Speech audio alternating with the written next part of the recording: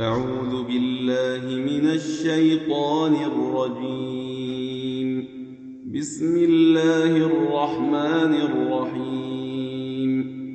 الحمد لله الذي أنزل على عبده الكتاب ولم يجعل له عوجا قيما لينذر بأسا شديدا من لدنه ويبشر المؤمنين الذين يعملون الصالحات أن لهم أجرا حسنا ماكثين فيه أبدا وينذر الذين قالوا اتخذ الله ولدا ما لهم به من علم ولا لآبائهم كبرت كلمة تخرج من أفواههم إن يقولون إلا كذبا فلعلك باخع نفسك على آثارهم إن لم يؤمنوا بهذا الحديث أسفا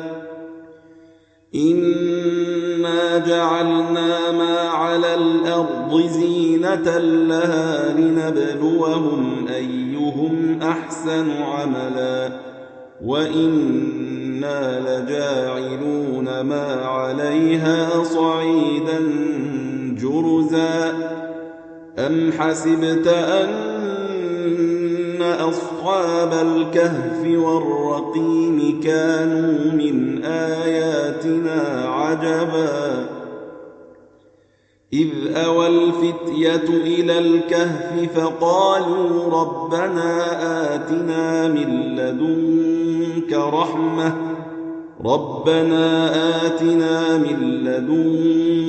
رحمة وهيئ لنا من أمرنا رشدا فضربنا على آذانهم في الكهف سنين عددا ثم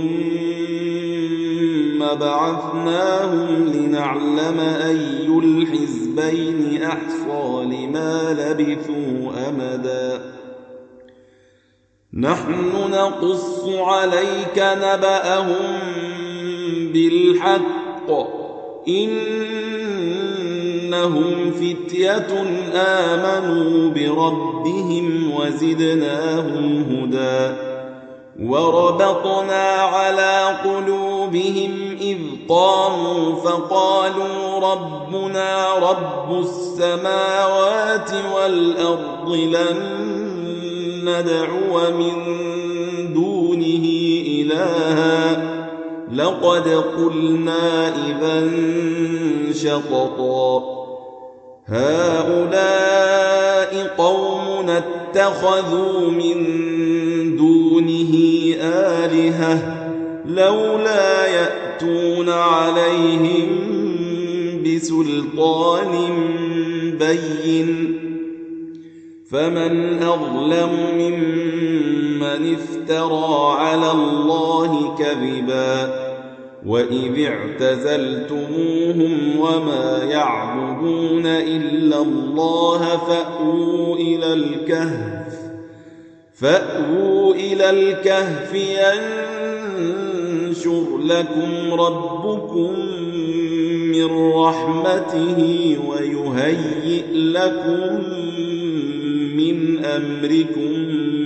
مرفقا وترى الشمس إذا طلعت تزاور عن كهفهم ذات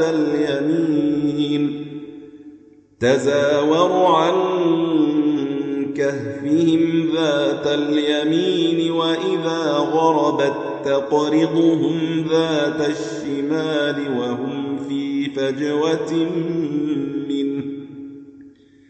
ذلك من آيات الله من يهد الله فهو المهتد ومن يضلل فلن تجد له وليا مرشدا وتحسبهم أيقاظا وهم رقود ونقلبهم ذات اليمين وذات الشمال وكلبهم باسط ذراعيه بالوصيد لو اطلعت عليهم لوليت منهم فرارا ولملئت منهم رعبا وكذلك بعثناهم ليتساءلوا بينهم قال قائل منهم كم لبثتم قالوا لبثنا يوما أو بعض يوم قالوا ربكم أعلم بما لبثتم فبعثوا أحدكم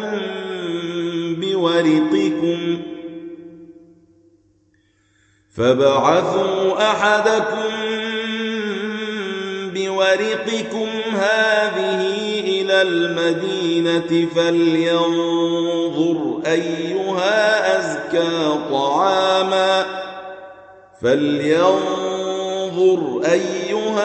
أزكى طعاما فليأتكم برزق منه وليتلطف ولا يشعرن بكم أحدا إنهم إن يظهروا عليكم يرجوكم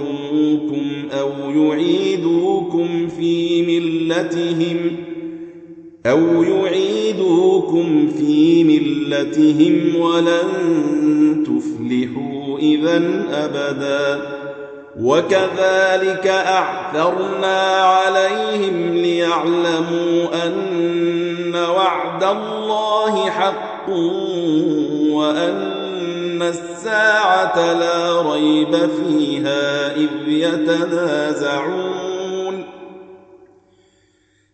يتنازعون بينهم أمرهم فقالوا ابنوا عليهم بنيانا ربهم أعلم بهم قال الذين غلبوا على أمرهم لنتخذن عليهم مسجدا سيقولون ثلاثة رابعهم كلبهم ويقولون خمسة سادسهم كلبهم رجما بالغيب ويقولون سبعة وثامنهم كلبهم قل ربي أعلم بعدتهم ما يعلمهم إلا قليل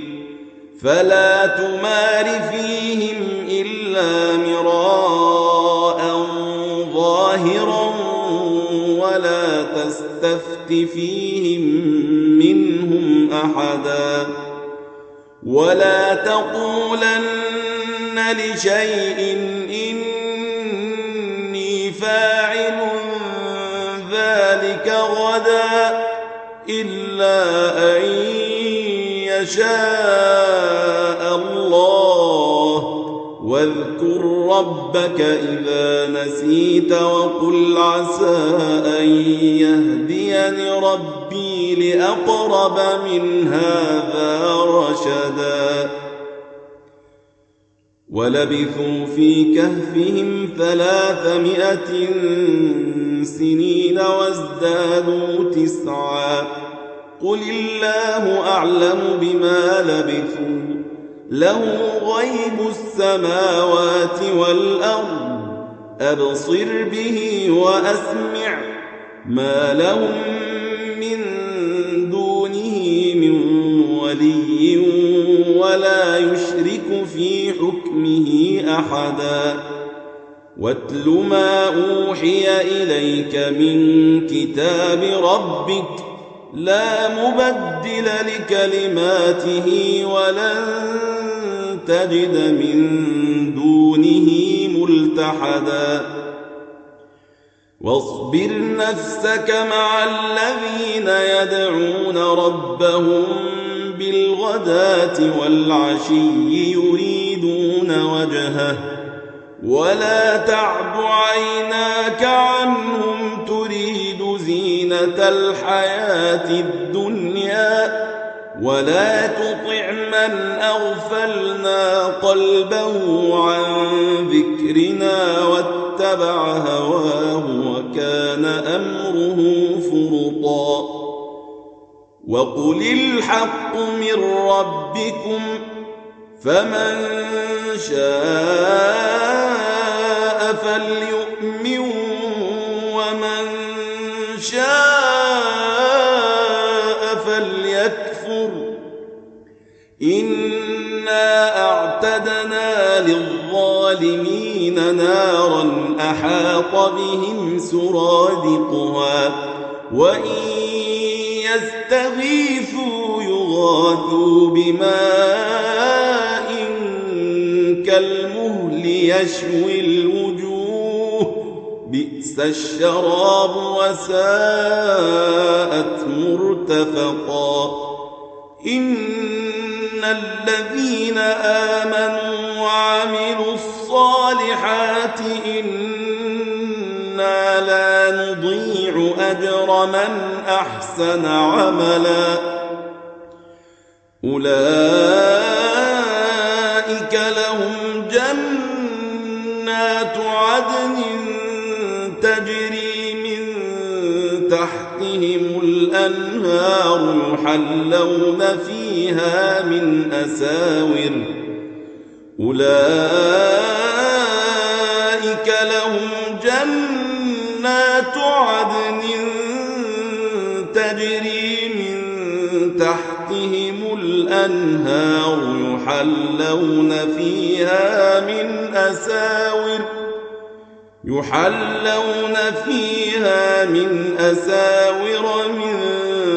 ذهب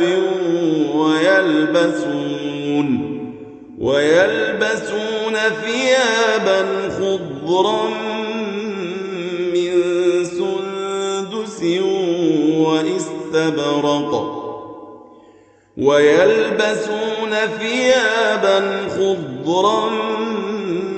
من سندس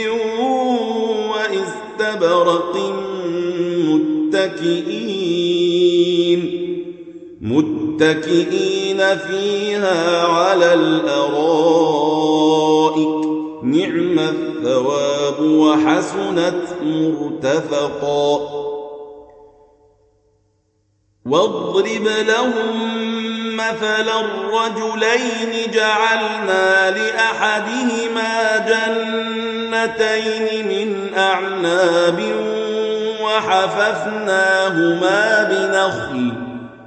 وحففناهما بنخل وجعلنا بينهما زرعا كلتا الجنتين آتت أكلها ولم تظلم منه شيئا وفجرنا خلالهما نهرا وكان له ثمر فقال لصاحبه وهو يحاوره أنا أكثر منك مالا وأعز نفرا ودخل جنته وهو ظالم لنفسه قال ما أظن أن تبيد هذه أبدا وما أظن الساعة قائمة ولئن رددت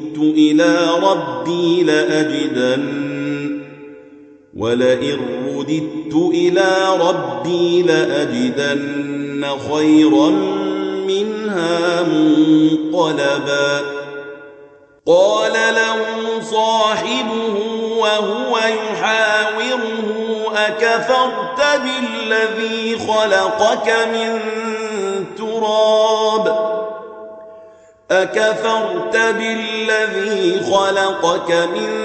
تراب ثم من نطفة ثم سواك رجلا لكن هو الله ربي ولا أشرك بربي أحدا ولولا إذ دخلت جنتك قلت ما شاء الله لا قوة إلا بالله إن ترني أنا أقل منك مالا وولدا فعسى ربي أن يؤتيني خيرا من جنتك ويرسل عليها حسبانا من السماء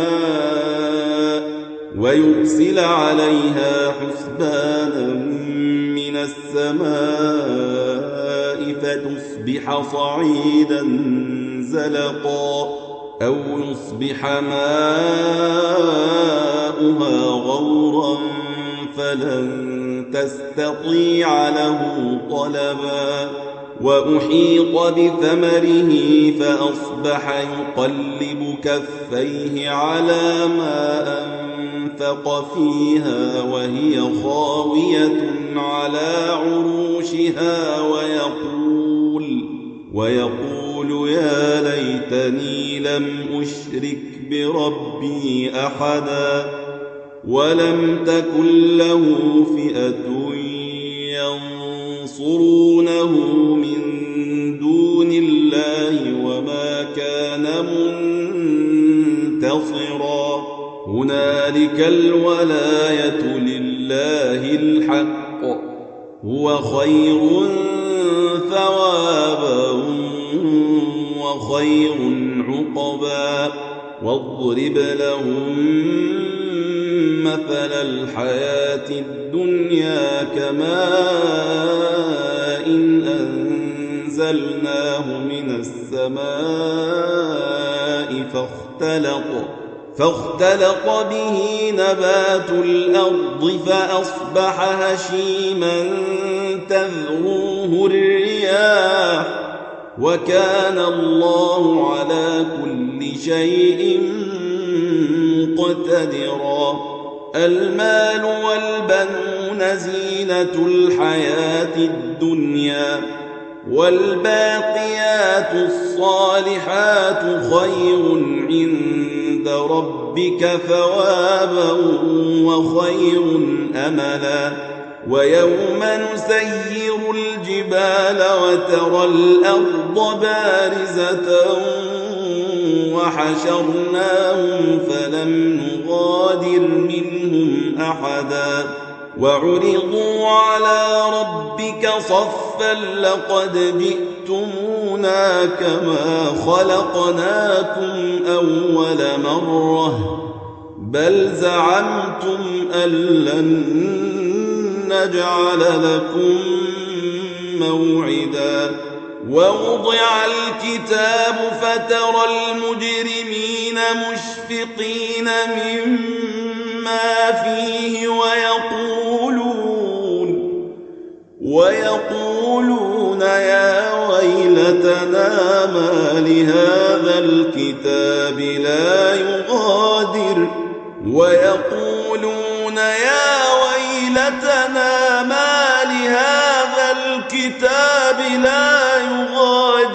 صغيرة ولا كبيرة إلا أحصاها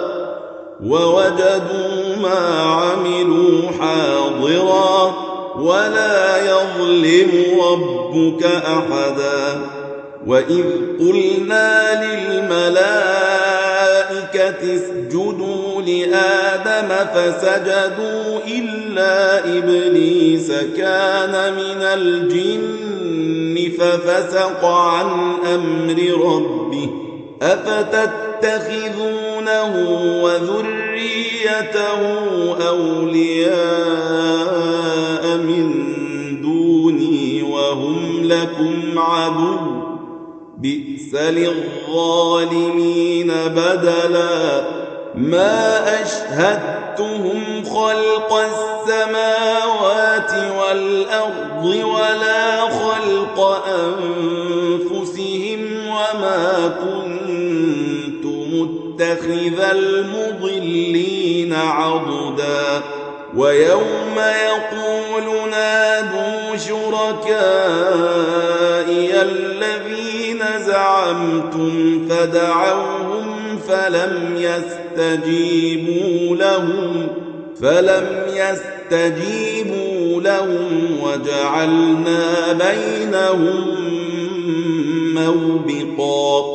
ورأى المجرمون النار فظنوا أنهم مواقعوها ولم يجدوا عنها مصرفا ولقد صرفنا في هذا القرآن للناس من كل مثل وكان الإنسان أكثر شيء جدلا وما منع الناس أن يؤمنوا إذ جاءهم الهدى ويستغفروا ربهم إلا أن تأتيهم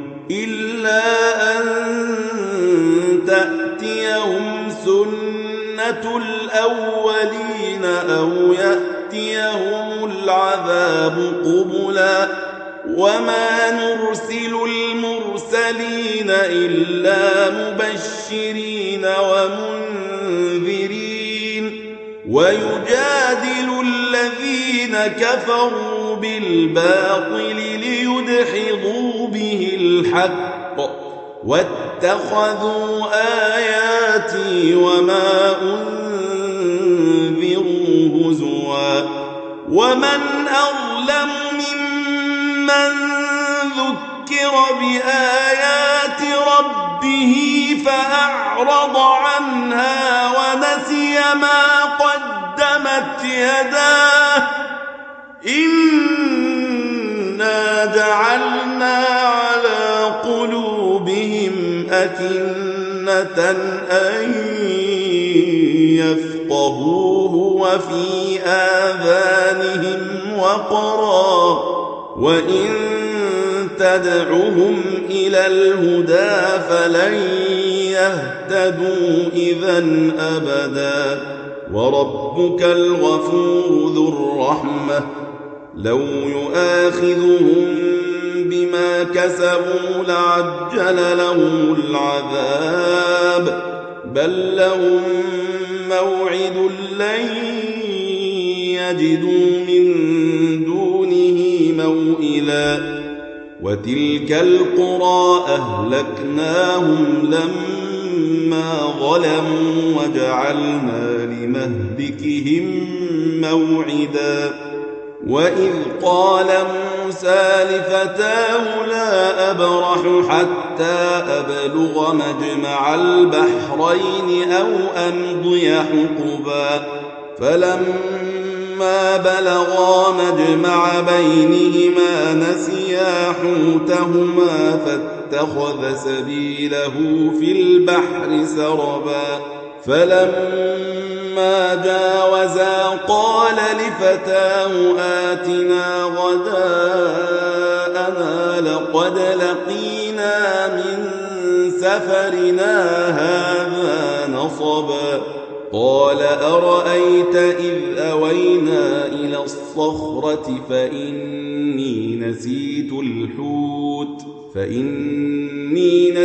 الحوت وما أنسانيه إلا الشيطان أن أذكره واتخذ سبيله في البحر عجبا قال ذلك ما كنا نبغ فارتدا على آثارهما قصصا فوجدا عبدا من عبادنا آتيناه رحمة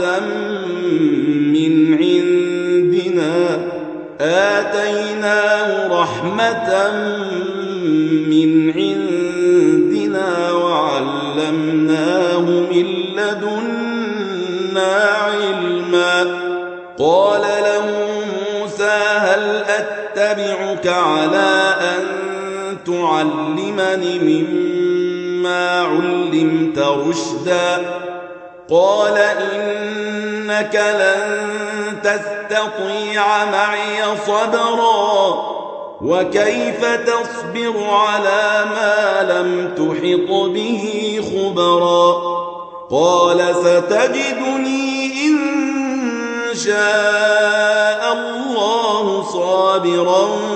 ولا أعصي لك أمرا. قال فإن اتبعتني فلا تسألني عن شيء حتى أحدث لك منه ذكرا. فانطلقا حتى إذا ركبا في السفينة خرقها قال أخرقتها لتغرق أهلها لقد جئت شيئا إمرا. قال ألم أقل إنك لن تستطيع معي صبرا؟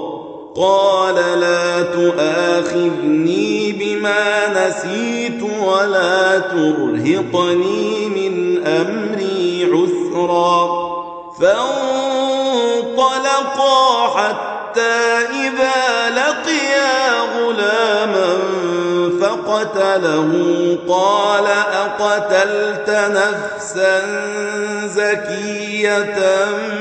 بغير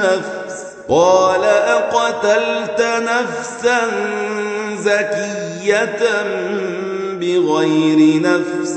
لقد جئت شيئا نكرا. قال ألم أقل لك إنك لن تستطيع معي صبرا؟ قال إن سألتك عن شيء بعدها فلا تصاحبني قد بلغت من لدني عذرا. فانطلقا حتى إذا أتيا أهل قرية استطعما أهلها فأبوا أن يضيفوهما فوجدا فيها جدارا يريد أن ينقض فأقامه. قال لو شئت لاتخذت عليه أجرا. قال هذا فراق بيني وبينك سأنبئك بتأويل ما لم تستطع عليه صبرا. أما السفينة فكانت لمساكين يعملون في البحر فأردت أن أعيبها وكان وراءهم ملك يأخذ كل سفينة غصبا. وأما الغلام فكان أبواه مؤمنين فخشينا أن يرهقهما طغيانا وكفرا فأردنا أن يبدلهما ربهما خيرا منه زكاة وأقرب رحما. وأما الجدار فكان لغلامين يتيمين في المدينة وكان تحته كنز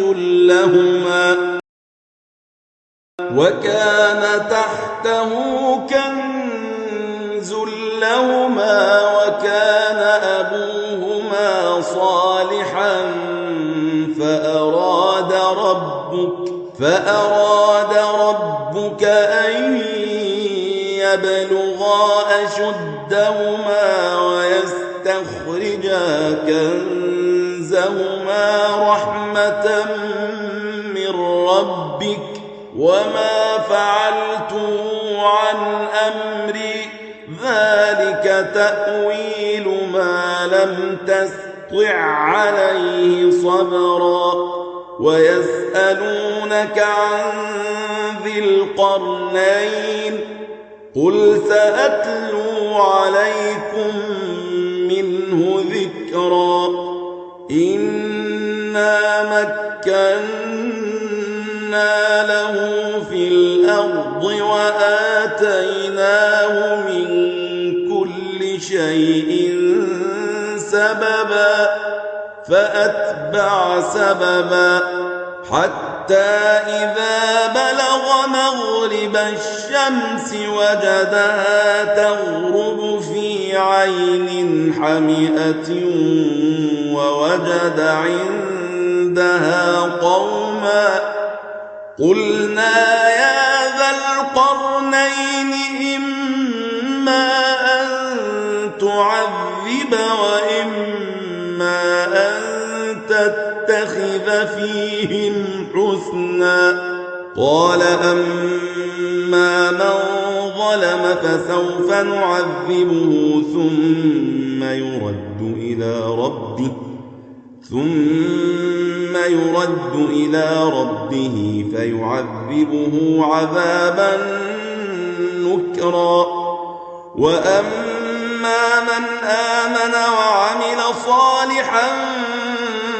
فله جزاء الحسنى وسنقول له من أمرنا يسرا ثم أتبع سببا حتى إذا بلغ مطلع الشمس وجدها تطلع على قوم لم نجعل لهم من دونها سترا كذلك وقد أحطنا بما لديه خبرا ثم أتبع سببا حتى إذا بلغ بين السدين وجد من دونهما قوما لا يكادون يفقهون قولا قالوا يا ذا القرنين إن يأجوج ومأجوج مفسدون في الأرض فهل نجعل لك خرجا على أن تجعل بيننا وبينهم سدا قال ما مكني فيه ربي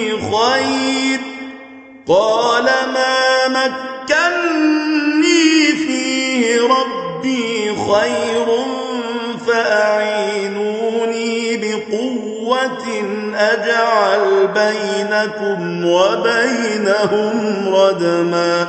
آتوني زبر الحديد حتى إذا ساوى بين الصدفين قال انفخوا حتى إذا جعله نارا قال آتوني أفرغ عليه قطرا فما استطاعوا أن يظهروه وما استطاعوا له نقبا قال هذا رحمة من ربي فإذا جاء وعد ربي جعله دكاء وكان وعد ربي حقا وتركنا بعضهم يومئذ يموج في بعض ونفخ في الصور فجمعناهم جمعا وعرضنا جهنم يومئذ للكافرين عرضا الذين كانت أعينهم في غطاء عن ذكري وكانوا لا يستطيعون سمعا أفحسب الذين كفروا أن يتخذوا عبادي من دوني أولياء إنا أعتدنا جهنم للكافرين نزلا قل هل ننبئكم بالأخسرين أعمالا الذين ضل سعيهم في الحياة الدنيا وهم يحسبون أنهم يحسنون صنعا أولئك الذين كفروا بآيات ربهم ولقائه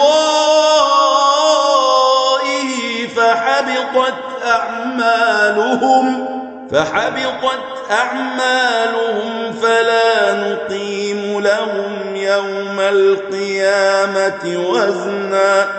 ذلك جزاؤهم جهنم بما كفروا واتخذوا آياتي ورسلي هزوا إن الذين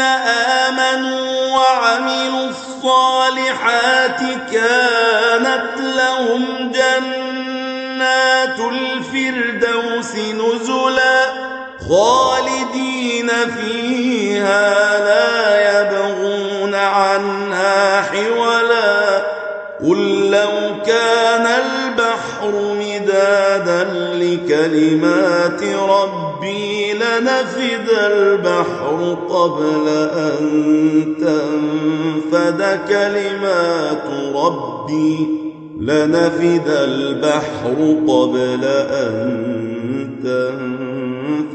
كلمات ربي ولو جئنا بمثله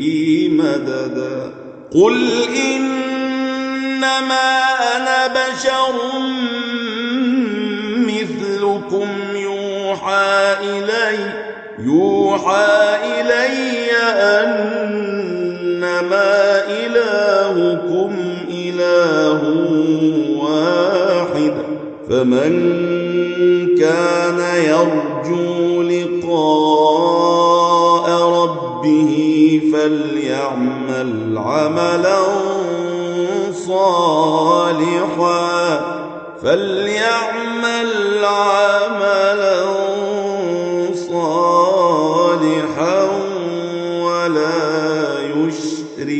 ولا يشرك بعبادة ربه أحدا.